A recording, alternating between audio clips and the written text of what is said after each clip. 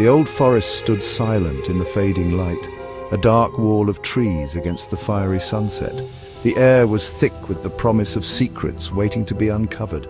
Excitement crackled in the air, thick as the humid summer air. The forest seemed to hum with an energy that was almost palpable. Max, Lily and Sam had been planning this trip for months, camping in Whispering Woods, rumored to be haunted for as long as anyone could remember. They were eager to uncover the mysteries that lay hidden within. All right, let's check our supplies one last time. We need to make sure we have everything before night falls. Tent, sleeping bags, food and water. Everything's here. We can't afford to forget anything. Got it. Everything seems to be in order. I'm unpacking the ghost hunting gear now. EMF reader, digital recorder, and a flashlight powerful enough to pierce the coming darkness. We're ready for anything. I can't believe we're finally here.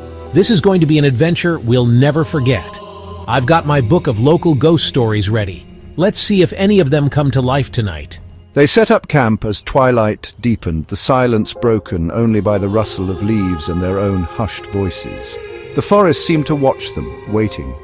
The air grew heavy, charged with an unseen energy. It felt as if the forest itself was alive, breathing with anticipation. Then a twig snapped in the undergrowth. Footsteps, or was it just their imagination playing tricks on them? Hello, is someone there? Lily pointed her flashlight, the beam swallowed by the dense trees. Only silence answered. The forest held its breath, waiting for what would happen next. The night pressed in, a blanket of darkness so complete it felt almost solid, wrapping around the forest like an impenetrable shroud. The friends huddled around a crackling fire, shadows dancing at the edge of the light, their faces illuminated by the flickering flames. Sam read aloud from his book, his voice hushed, the words painting pictures of ghostly figures and things that went bump in the night.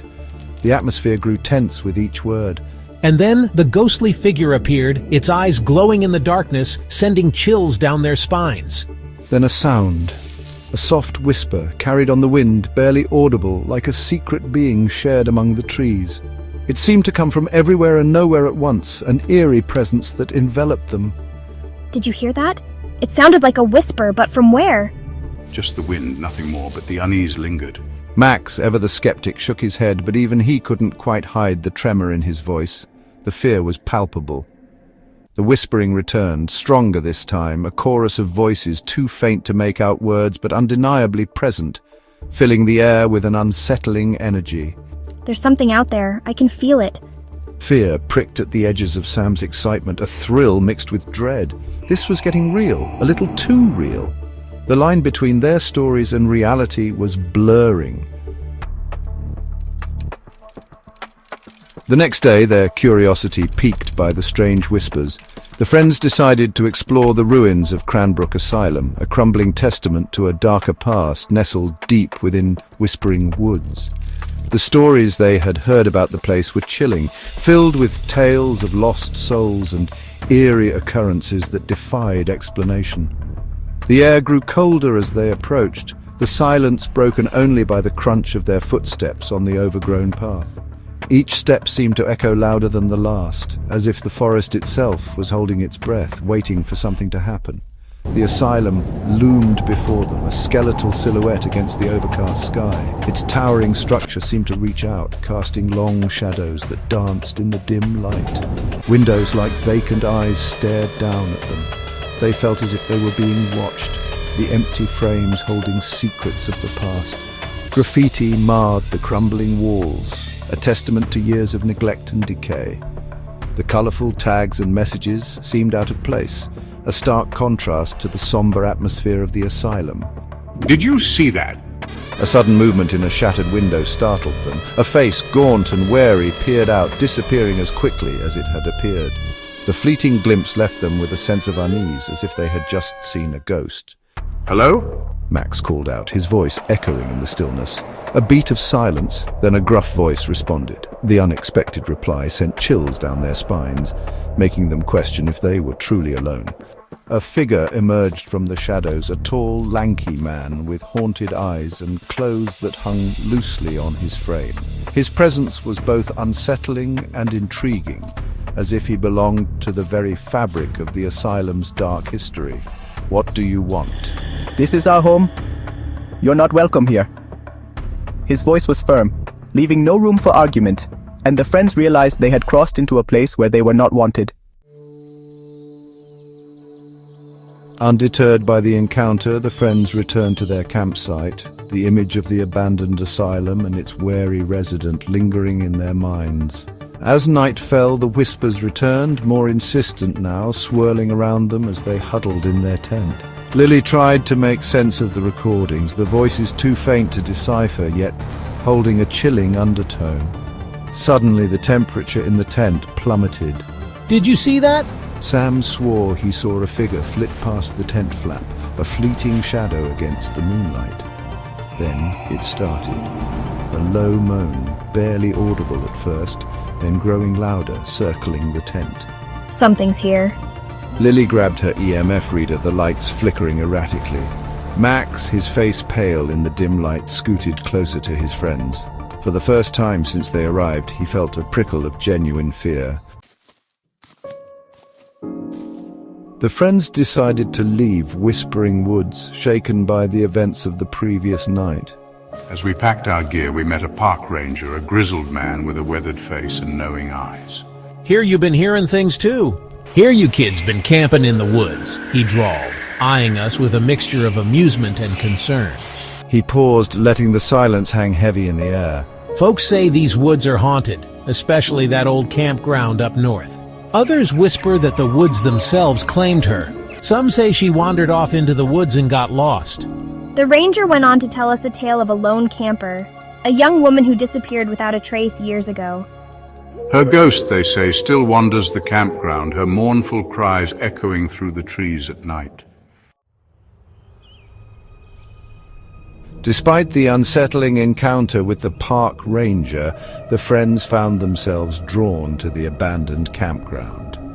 The lure of the unknown, the chance to connect with the spirit of the missing camper, proved too strong to resist. The campground was eerily silent, deserted campsites, swallowed by encroaching vegetation. A lone swing set creaked in the breeze, its rusted chains singing a mournful song.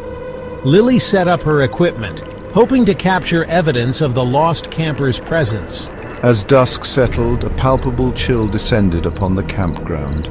The friends huddled around a flickering lantern, their breath misting in the cold air.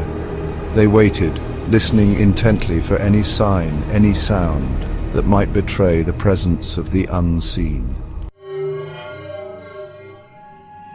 The first sign was a faint flicker of light, a cold, ethereal glow emanating from the depths of the woods.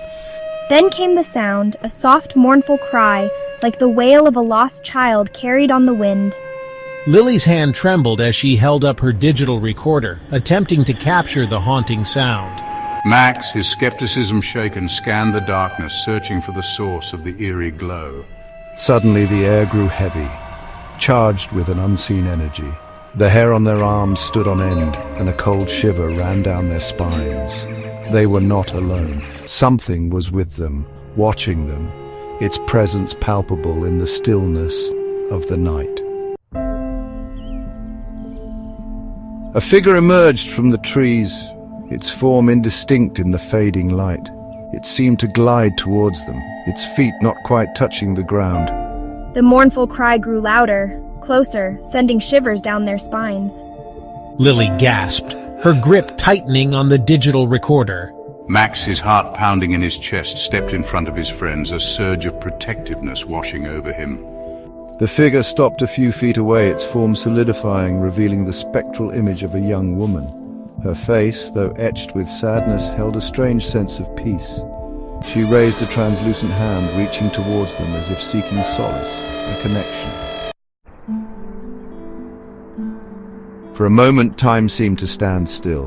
The friends stood frozen, caught between fear and awe, as the spectral figure hovered before them. Then, as quickly as it had appeared, the figure began to fade, its form dissolving into the surrounding darkness.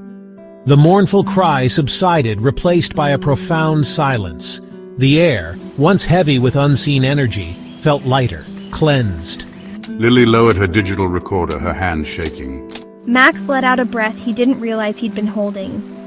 As they packed up their gear and made their way out of the haunted campground, the friends couldn't shake the feeling that they had witnessed something truly extraordinary. They had come face to face with the unknown and emerged from the encounter forever changed. The experience left them with more questions than answers, but one thing was certain. They would never forget their night in the haunted campground. Please like and subscribe for more videos.